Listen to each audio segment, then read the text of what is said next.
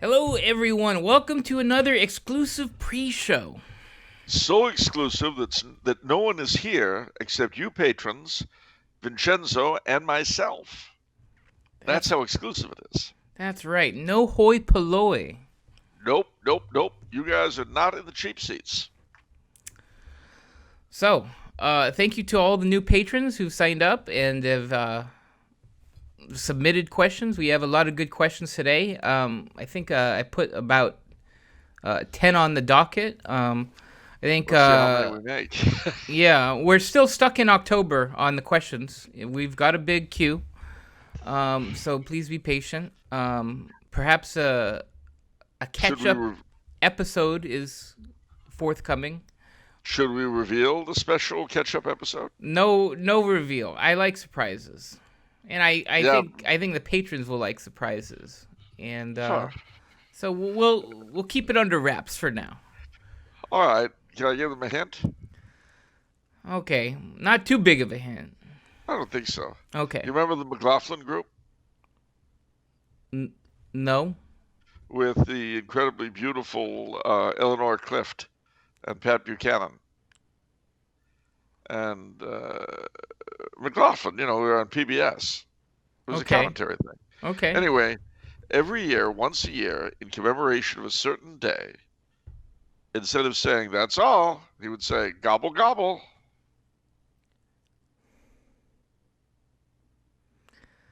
Gobble gobble.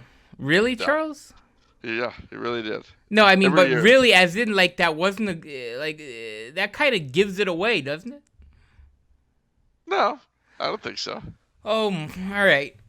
Whatever. Whatever, Charles. All right. So be it. All right, let's Anyhow. go. All right, let's What do we go. got? We have a bunch of questions from Y. I Why think not? we have. He is definitely our question leader, and second place is not close. So be proud, Y. You are the Maybe leader. that's Yeah, maybe that's the answer to his question. Why? that's To be true. leader of the patrons. It's very true. All right. How did Visigothic kings rule Spain? How did the Latin natives respond to their rule? How did they rule a Catholic people being Arian themselves? That's a very good question, and the answer is Visigothic rule in Spain after it was established was actually very decentralized, and the uh, the bishops, from the very beginning, the Catholic bishops had a great deal of authority. Uh, and then, when the Visigothic kings became Catholic themselves, after the martyrdom of Saint Hermangild by his father, his younger brother converted to Catholicism after the father died. Um, they had these vast meetings of the kings, the nobility, and the churchmen. And would have these councils of Toledo. They were both religious councils and sort of legislative sessions in one package. So it was the Visigothic kingdom was actually extremely clerical in that sense.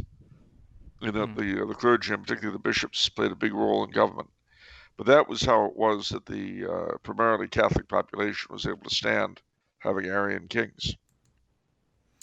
Who were the Visigoths exactly? I mean, were they invaders from some other area, or Yeah, they were the western half of the great Gothic people, the Visi meaning western, the other half being the Ostrogoths, the eastern Goths. hmm. And basically, they originated somewhere in where it's like all the other German peoples did, uh, somewhere in what's now Russia.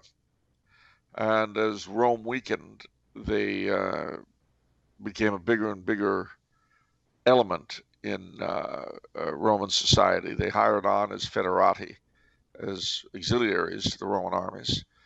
Um, Eventually, they became so powerful that they were able to defeat the Romans. One of the way stations on the decline of the Roman Empire was the Battle of Adrianople in three something. I forget when now. toward the end of it was 4 something. Anyway, whatever it was toward the end of the empire. The Visigoths defeated and killed Emperor Valens at the Battle of Adrianople in what's now Edirne, Turkey. Eventually, the Western Goths, the Visigoths, took over Spain and a chunk of southern France after their king Alaric took Rome.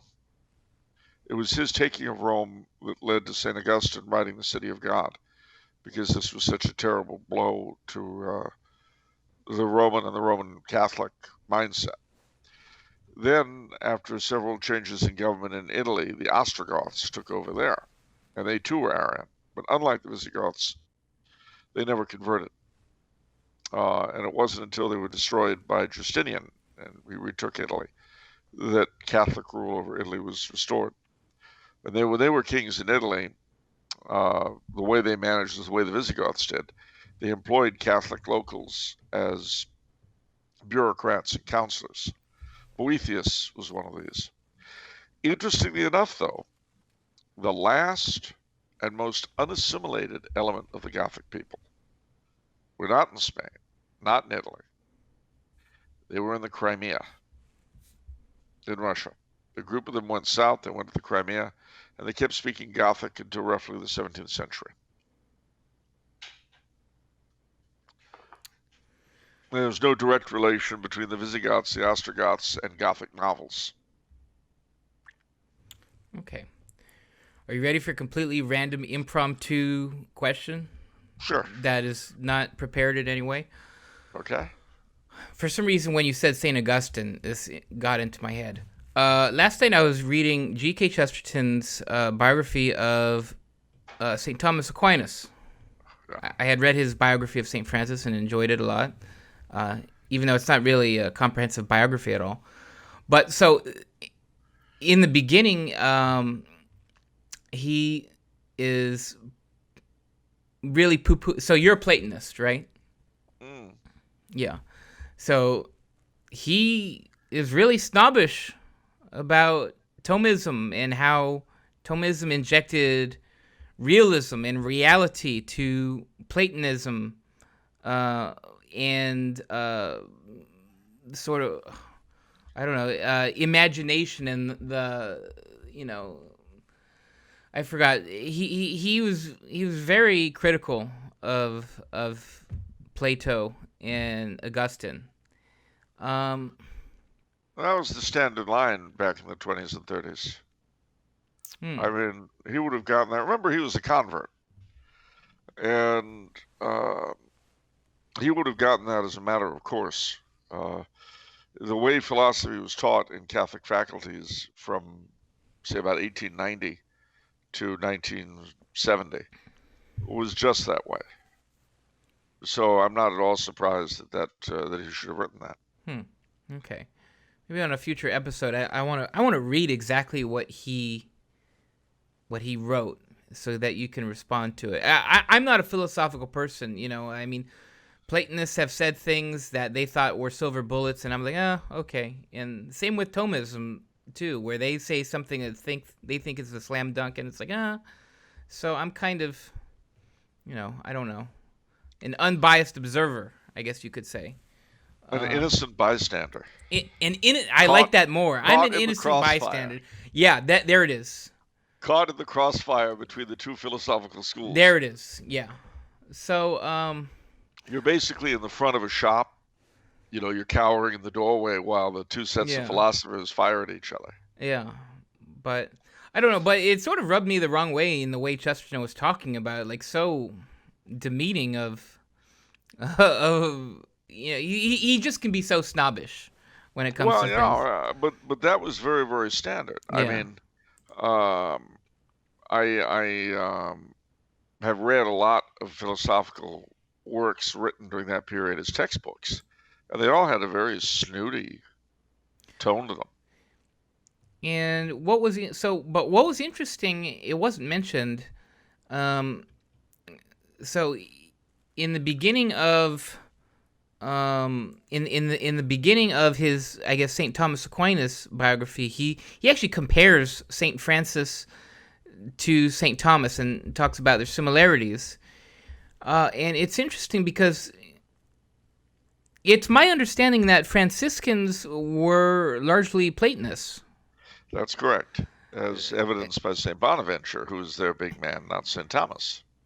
Yeah, so that's funny to me that he was so critical, but then probably St. Francis was, Platonic in because that was sort of what was going through. I don't know. Well, one of the things you got to bear in mind about Chesterton, much as I like him, he would, if he trusted a friend on a given point, he would follow the friend's lead. So Belloc, for instance, gave him his lead on French history. And Belloc's not trustworthy on French history. And I love Belloc. I like Belloc better than Chesterton, frankly. Although I'm very fond of Chesterton. I like Belloc better. But you can't trust Belloc on French history at all, with a couple of exceptions. He's got on Louis XIV. But the reason why that is because he was a relative of the great revolutionary Danton.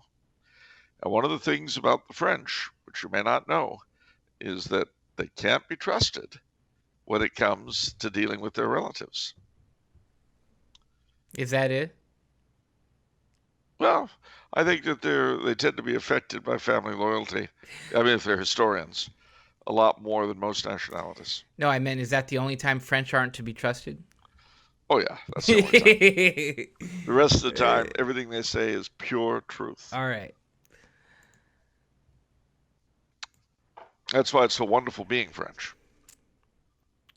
I have to admit, I do really appreciate their writing style. At least from French works that have been translated to English. Very clear thought.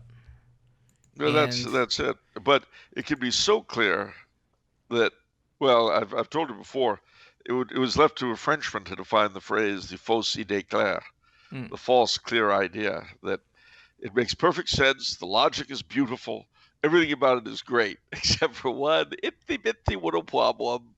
It's not true. But other than that, it's wonderful. And we published one book that actually has all of those qualities and is true, The End of Democracy, Christophe Buffon de Chazal. Just thought I'd give this a gratuitous plug because this is one of my favorite books. I mean, this is a book that, I wanted to highlight quotes, real quotes for the internet, and I just practically highlighted the entire book. But well, I told you when I read it in French, I told you that it was a book that Tubler House really should put out. Yeah. Yep. So it's a good book, and you know what, ladies and gentlemen, not to turn this into a plug, but especially now, The End of Democracy is a very important book for this post-democratic age in which we're living. Now that we're having our great reset and we're all living under a regime that, let's see, who voted for all this stuff again? I don't remember. For the curfews and everything. Who voted for that? Yeah. Do you remember voting for it? I didn't vote for it, but checks and balances, though. Let me guess. They write the checks so there's no balance left. I just love spewing the mindless drivel, that everyone falls back on. No, I think that's a good thing to do. Yeah, you're right. That's non-democratic, but then the judges that are also non-democratic are the balance. So wait, where does as we would call an inside job, And yeah, the Democratic judges are going to be the balance on the Democratic governor. Yeah, it works fine. No, I understand the importance of judges. See, I understand you need to have friends in the area of judges. See, my family has always understood the importance of this. I was just about to say, your Uncle Giovanni used to say to me, you got to have a few judges on the payroll. He said, trust me, kid, if you don't have judges on the payroll, you'll go strictly nowhere. And he knew what he was talking about. That's fair. I remember the Don's well, consigliere has such a bad connotation. His attorney will say. Yeah. I remember his great boast to me after your Hmm. uncle says you should have a few judges on the payroll because the attorney was setting it as well. He says, "That's right. That's why none of my boys ever burned. Yes, that epic line. None of my boys ever burned." Ah, well, those were the days, all right, when men were men and banks were nervous. Wow. All right. Uh, Moving on. isn't it much nicer now that we've all got legit?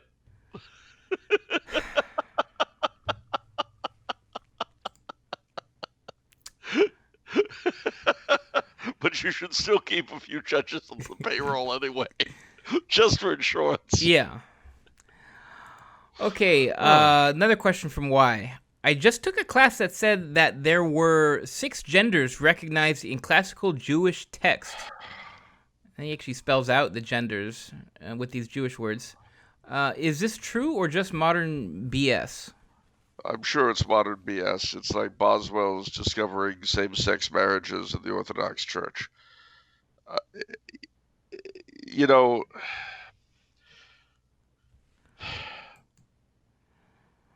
I'll Well, bet, just as a guess, I'll bet that they were looking at personality types or something of that sort.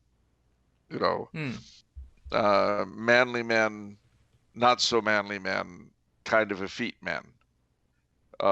Feminine women, not so feminine women, Nancy Pelosi. I mean, sorry, truck driver types. You know, and then they would identify the modern moron looking at that would say, "Oh, they must have been genders." but something that basic would leave a trail. Yeah, You know, and it there wouldn't isn't be just any. be. I remember the epic answer you gave when we were talking about St. Patrick. This was like many years ago on the show, and I said that modern scholars suggest that the snakes that St. Patrick drove out were just metaphorical for pagans. And you're like, okay, well, where are the pagan refugee cities? Where historically, what you know, there's no record of that anywhere. No, but And so the same would be true here. Like, there's no basis for no, that. it's wishful thinking. It's reading back into the past, which you want for the present, and it's garbage. It's not scholarship. It's well, I mean, but it's the same sort of drivel that is pouring out of the lips of almost every learned society today about systemic racism. You know, and all this stupid, stupid stuff. Basically, academia today is at war with reality, meaning it's at war with history. It's at war with grammar. It's like these idiot galvanized Hispanics who've come up with Latin X. Oh, we don't want Latino or Latina. It'll be Latin. Oh, shut up. Spanish, unlike your English and unlike you, has 2 genders. End of story. You don't like it, don't speak Spanish. Okay? Just shut your little traplet. You know, if you have a problem with English, you don't like the use of the epicene, which is the 4th gender in English, whereby you can say a male and phrase he to mean several people. If you don't like it, don't speak English. Sew up your little mouth. I am so tired of this idiocy, and it's top to bottom, beginning to end. It can't end well. It really can't. You can't have all these layers of stupid building on each other without some kind of a collapse. I don't know. What is the key ingredient for regrowth? Everything brought down to the bottom, just like it was when Rome fell. In order to create a fresh new garden filled with good fruits, you have to have a pile of manure. And you also have to root out the dead plants. And I think there's going to be a lot of rooting out. It's true. And I it didn't won't be think, yeah. nice. And people will scream and whine, how could this have happened? You'll find out. I'm afraid so will we. Yeah, that's what I keep thinking whenever I go on Twitter and everybody is just screaming. I just keep thinking there will be much wailing and gnashing of teeth. Oh, yeah. That biblical line, I think, and And believe me, it won't be fun for any of us, even if it's in a cause that we might, shall we say, agree with. It won't be fun to watch. you posted an epic biblical line a month or so ago about effeminate rulers or something. Yeah, from Isaiah. That was shocking how appropriate that line was. Yeah, It's like tailor made for us. You want to? sadly, it really, it's from the book of Isaiah chapter 3, starting with verse 1. For behold, the sovereign, the Lord of hosts, shall take away from Jerusalem and from Judah the valiant and the strong, the whole strength of bread and the whole strength of water, the strong man and the man of war, the judge and the prophet and the cunning man and the ancient, the captain over 50 and the honorable in countenance and the counselor and the architect and the skillful in eloquent speech. And I will give children to be their princes, and the effeminate shall rule over them. And the people shall rush upon one another, every man against his neighbor. The child shall make a tumult against the ancient, and the base against the honorable. Yes, the effeminate rulers. And we have children. Little Governor Newsom and all the other babies in Sacramento and Washington and Rome. The elderly babies who have never grown up, whose bodies have become elderly, but whose minds are still juvenile. That's the worst of both worlds, to be totally immature and to be falling apart physically. You can tell that in people too. I see that more and more from old people because obviously we're going from the greatest generation, which is, to the baby boomers. Yeah. And one thing I notice is these baby boomers dress like they're in their 20s still. Yeah. Except that you wear stuff that you wore in your 20s on sagging flesh and bent bones, and it looks like hell. And some of them, I guess, even have tattoos. The tattooed flesh does not age well. It's just so stupid. Yep. It's my generation. Yeah. There's a whole generation with a new explanation, except it's not that new anymore. Okay, why does African religious tradition tend to only survive in Catholic areas? Why did black people in Protestant areas of the world outside of Africa not maintain any African spirituality? That's not true. If you see pictures of black Pentecostals, you will be amazed how much it looks like voodoo devotees being ridden. I've seen several films of Gullah spirit jumpers, the same sort of people in Jamaica. They looked as possessed as any of the Haitian. So I'd have to say that's not true. What is true is that a number of African folk were able to hide their worship of deities under Catholic saints' names. That is true. But in terms of the basically what they did in Protestant areas was collapse them all into the Holy Ghost and Moses. Okay, how do they do it for saints? Well, as I say, in voodoo and in Santeria and so on, they identify different of the saints with various of their deities. So, for instance, in voodoo, St. John the Baptist is identified with Baron Samedi, Baron Saturday, the god of death, That seems kind that kind of of thing. arbitrary. I mean, It is arbitrary. I mean, if you look at the way they do it, it's very arbitrary. okay. I would recommend the best book I know on this topic is by the inimitable and wonderful Zora Neale Hurston, and it's called "Tell My Horse." Hmm. Okay. At what point in Orthodox history did the ethnic ties and state power become so important? After the break with Rome in 1054, and it was a gradual thing; it didn't happen all at once. Um, and then in 1453, after the Turks conquered uh, Byzantium, they made the Eastern patriarchs civil rulers of their people as well. So the Patriarch of Constantinople was the civil ruler of all of the Orthodox Christians in the Ottoman Empire. Hmm. And when the various nationalities in the Balkans, Russia, of course, was all by itself. For a while, it was the only independent Orthodox nation. So you can see why Orthodoxy and Russianness would get very closely tied.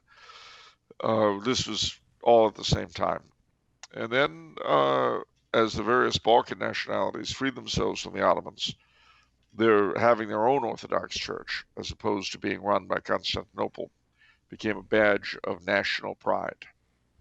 So that's why there's the Patriarch of Romania, the Patriarch of Bulgaria, the Patriarch of Serbia. Okay. Was Spain and Portugal at all concerned with bringing Muslims over to their New World territories and starting another reconquest during the slave trade? No, because the areas that the slaves that they brought over were all pagan.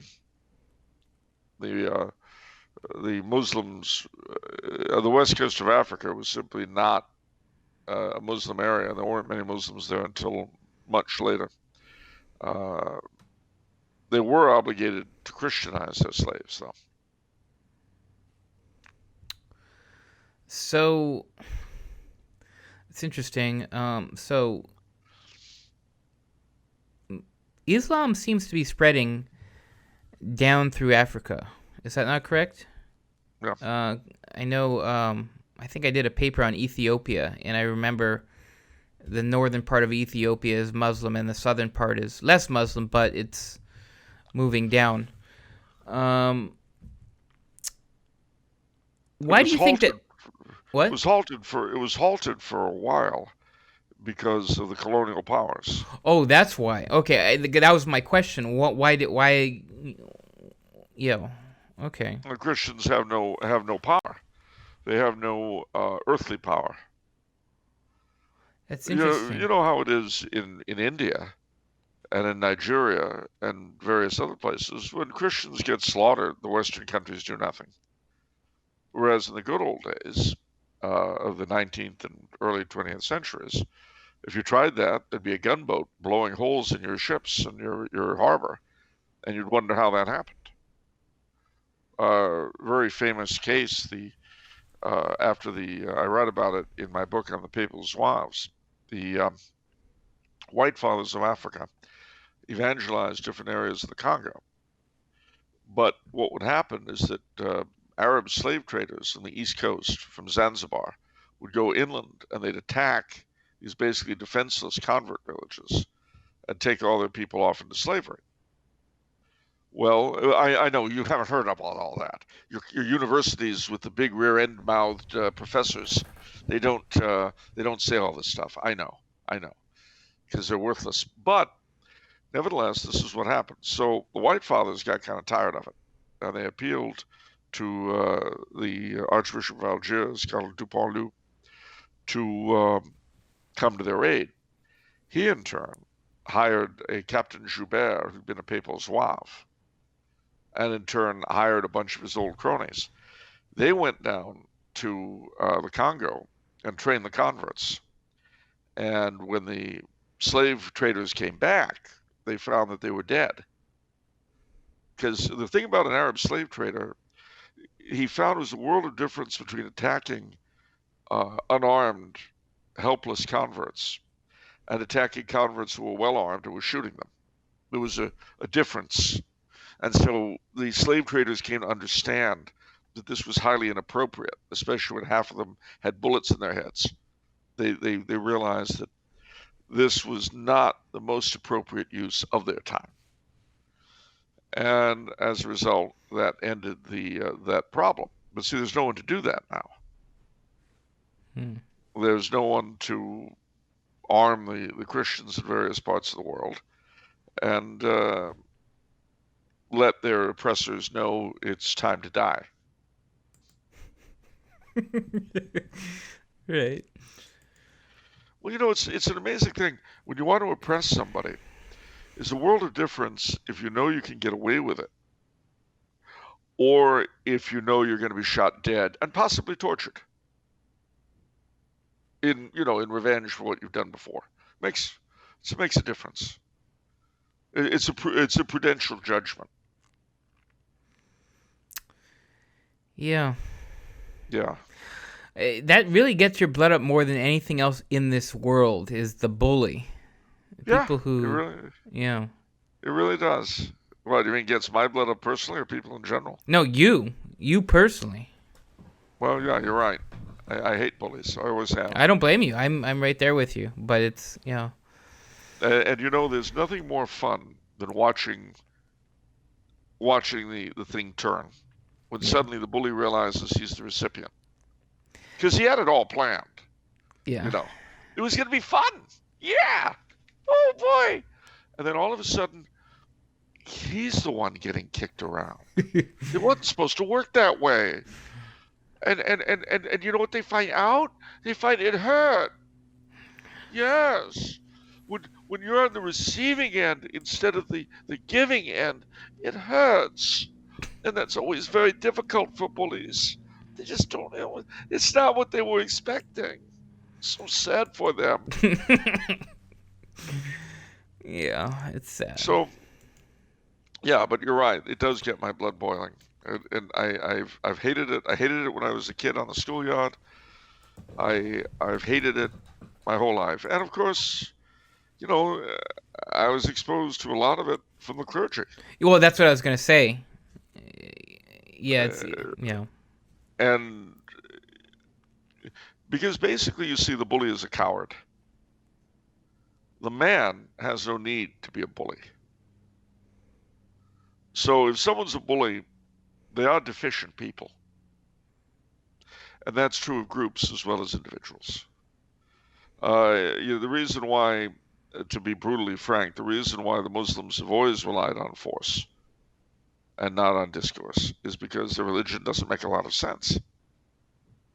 And if you sit down and look at it, it just doesn't.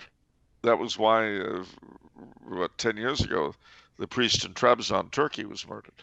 He was making converts. And he wasn't going out to convert people. And he certainly was not attacking Islam.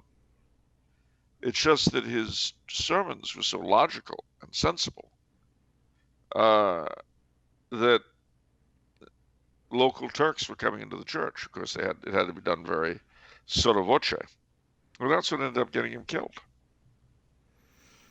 And in the good old days, a Russian or a British or a French gunboat would have appeared off Trabzon, fired a few shots into the harbor, and said, "Now, do you really want to do that? Don't you think it would be better just to go back to your cages, eat your food, and shut up? Wouldn't that be better for you now?" But unfortunately, we're too busy imposing gay marriage and abortion. That's what our military and diplomatic strength are used for today, not preserving Christians. And as long as that's the case, we'll be in the situation we're in. A lot of red pills in there. Red pill poisoning. Ooh.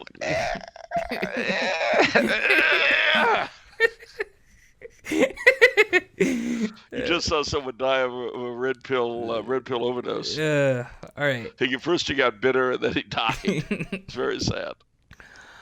Okay, thank you for all the questions. Why? On to questions from other people. Oh boy. Question from Zane. Zane. Are there any books you'd recommend for someone trying to prove the primacy of Rome? I have been very intrigued by Russian Orthodoxy lately, but from my understanding, the Church Fathers went back and forth on the topic of primacy. What would you recommend I read to strengthen my conviction in the Catholic Church? I would recommend you read Russia and the Universal Church by Vladimir Soloviev, which is available in its entirety online. I'll say that again. Russia and the Universal Church by Vladimir Soloviev. It's an extremely important book. Okay. I gotta write that. I'm going to write that down myself because you keep mentioning that. You should read it. Soloviev. S-O-L-O. Russia and the Universal Church. Yeah. Read. Okay. Yeah. R-E-A-D. Okay.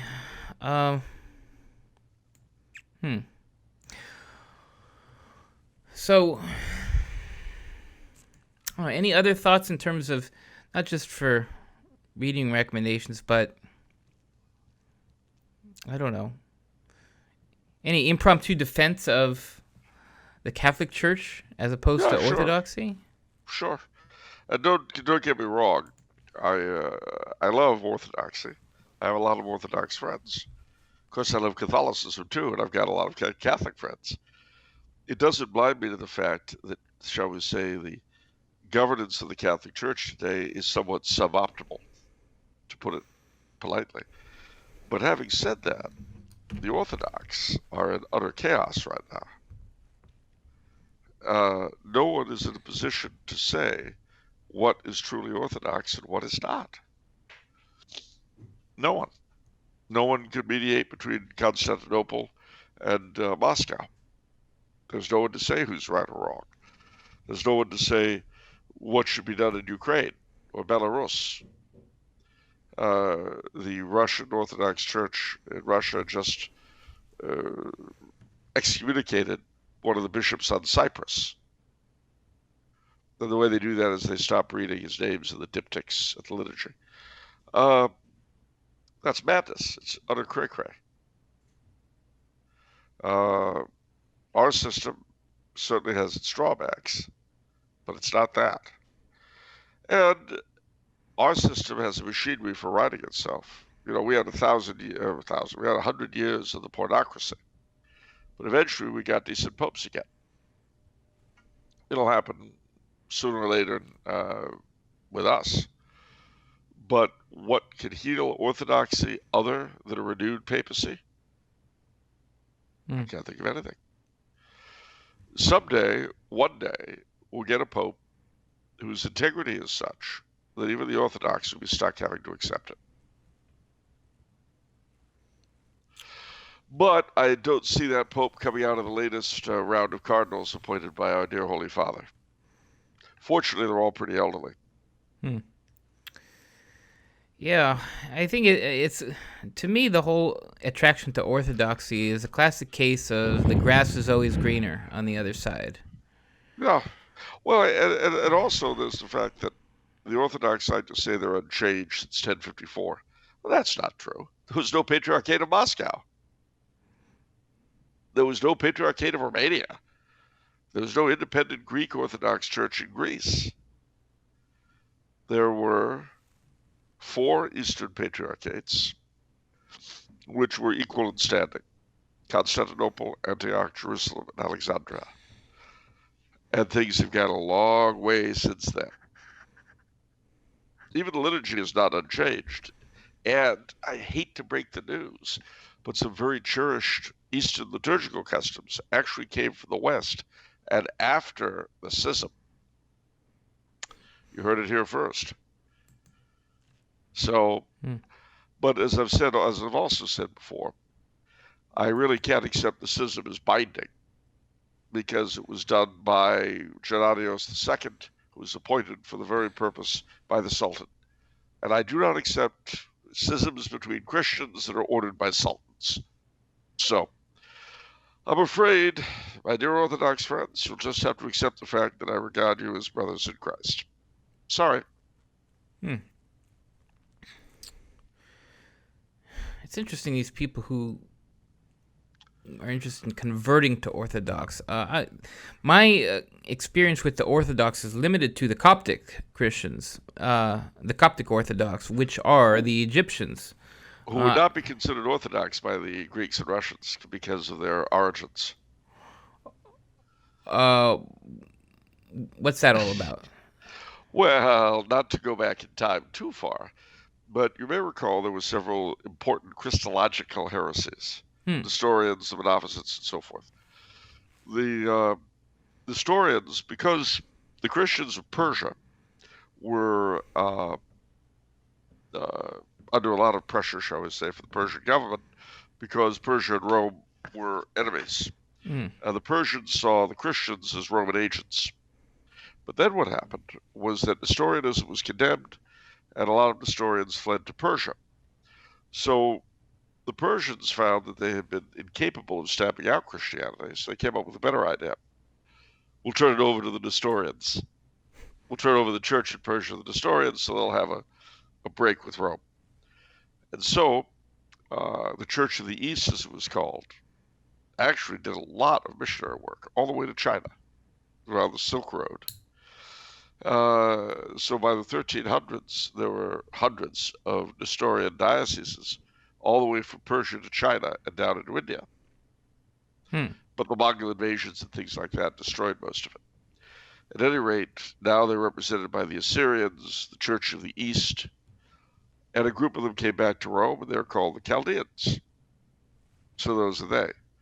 Well, the opposite heresy, remember, was Monophysitism. And because there was a lot of opposition between, shall we say, national folk in Syria, Egypt, Ethiopia, Armenia, against the emperors, big chunks of the church in those places went Monophysite, not for doctrinal reasons, but for political ones. So the Syriac Orthodox Church, the Coptic Orthodox Church, the Armenian Gregorian Orthodox Church, the Indian Orthodox Church, the Ethiopian Orthodox Church, they were in communion with each other, but not with the Eastern Orthodox, so-called. And of course, they're no longer really Monophysites if they ever were. So they called, however, those who stayed part of the Orthodox churches, they called them emperor's men or royalists. And that word is Melkite. Okay. Confused enough for you? Yes, but confusion is the guardian of truth. That's right. No, but what I was going to say is it's interesting that these people considering converting, because from my experience, especially with the Coptics, the Orthodox, it's so fused with ethnicity. It's like together, It's one single identity. It's very tightly tied, and the same is true to a degree with our Eastern Catholics. The Ukrainians and the Ruthenians and all the others are somewhat like that. The genius, if that's the word, of the Latin Rite is that it's been adaptable to so many different nationalities. That doesn't mean it's better, in my estimation, but it certainly has been much more flexible. Okay. All right, a bunch of questions from William to end the show. Okay. How would my recently conquered French-Canadian ancestors in Quebec likely have viewed the French Revolution at the time it was happening? Utter, complete horror. They saw it as the rule of Satan. And it's interesting that from that time, for a good 20 years, most of the paintings of St. Louis in Quebec have the face of Louis XVI.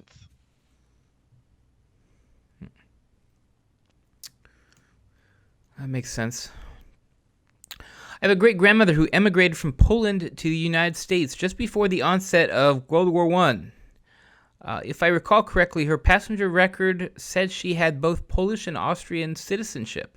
Assuming this is true, would my great-grandmother have been a subject of Blessed Emperor Karl in her early childhood? Depends on when she became an American citizen, because he was only emperor for 2 years. If she was still an Austrian citizen between 1916 and 1922, when he died, the answer is yes. Okay. Given some of the similarities in the way Calvinists and Muslims seem to understand the sovereignty of God, what, if any, influence did Islam have on Calvin's theology? That's a good question, and the answer is not a lot. But the reason for the resemblance is more to be found in the resemblances between Islam and Judaism. Because Judaism had a certain amount of influence on Calvin's thought, and more than that, what Calvin did to Christianity paralleled what had happened to Judaism and what produced Islam. What I mean by that is that originally Judaism was a religion centered around a sacrifice and a priesthood, just like Catholicism. But when the temple was destroyed, Judaism had to be reorganized, and it became a religion basically of scripture study, ethical debate, and family customs. Well, when Calvin came along, he got rid of the priesthood and the sacrifice entirely, not sort of kind of half-heartedly like the Lutherans and Anglicans, but thoroughgoingly. And so, in essence, he did with Christianity what was done with Judaism and what Islam was from its origin, a religion of scripture study, ethical debate, family customs, and not much else. Oh, and a conviction of being the chosen people. Because the Calvinists radically identified with the children of Israel in the Old Testament. So wherever Calvinists went, they considered themselves to be the chosen ones, whomever they encountered to be the Canaanites. Wow. That's a fascinating parallel. Well, I mean, if you understand it, it makes the history both of our own Puritans in New England, the Afrikaners in South Africa, and the Ulster Scots in Ireland much more easily understandable. And the same, incidentally, with the Mormons, who also, who started out as Yankees. Joseph Smith was from Vermont. And they're being the successors to the chosen people, and America's being the successor to the chosen people, is actually part of their dogma.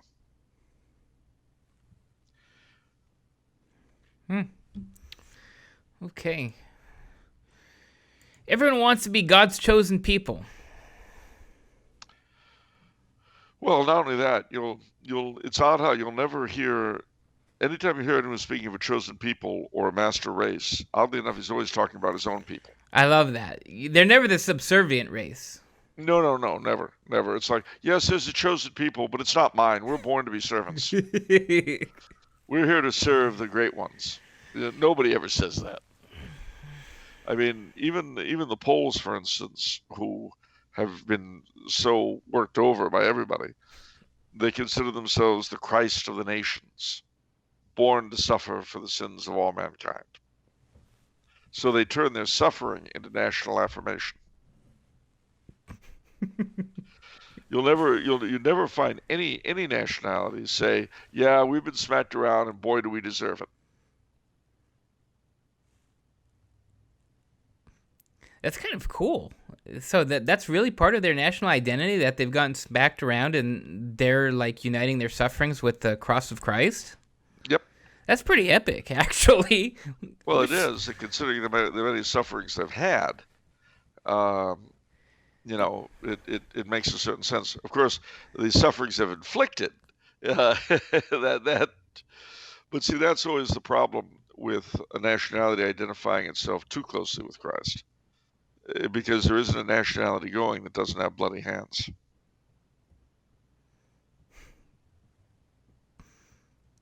Okay.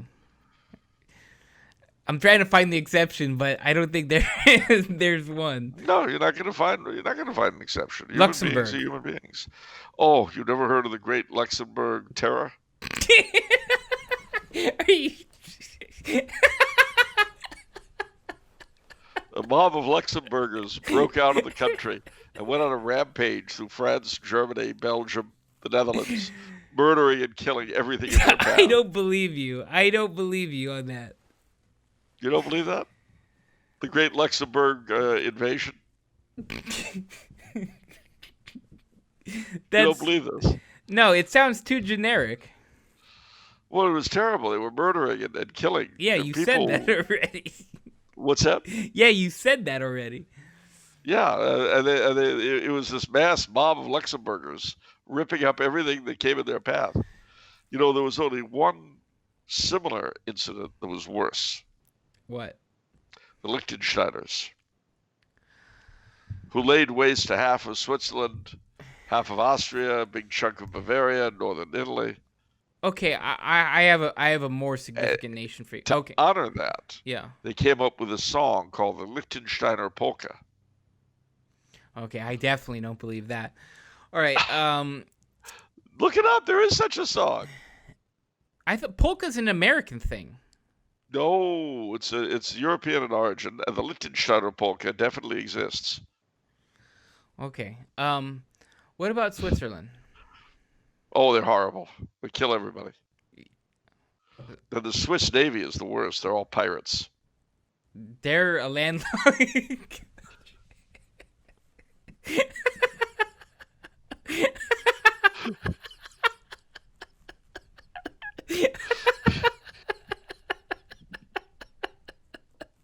I'm sorry, everybody. That's just the most absurd thing I've ever heard. Well, they take no quarter. The Swiss is noted for it. If you're attacked by a Swiss ship, it's all she wrote.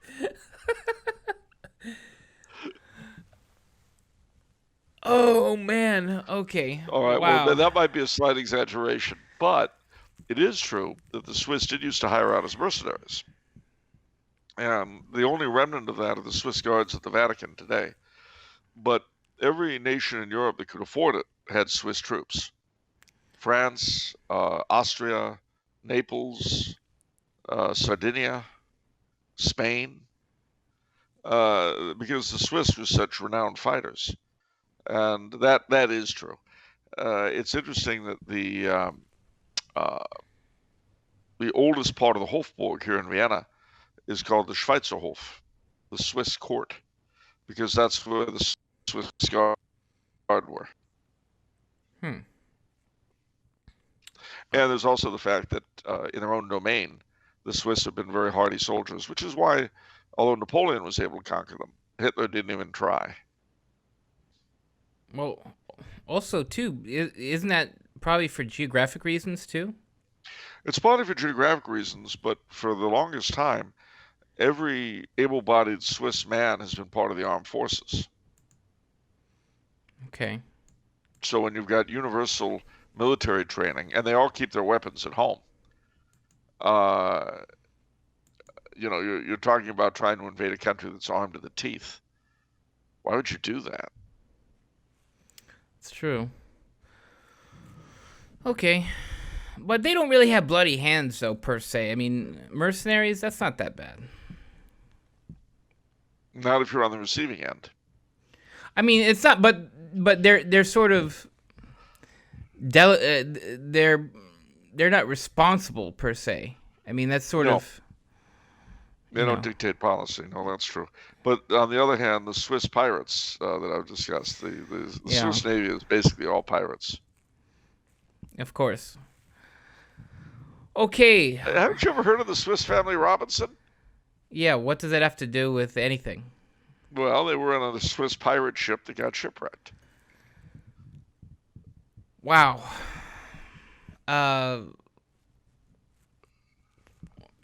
Okay. Well, on that wacky note, that'll do it for the pre-show, everyone. You seem a little unstable this evening. Are you all right?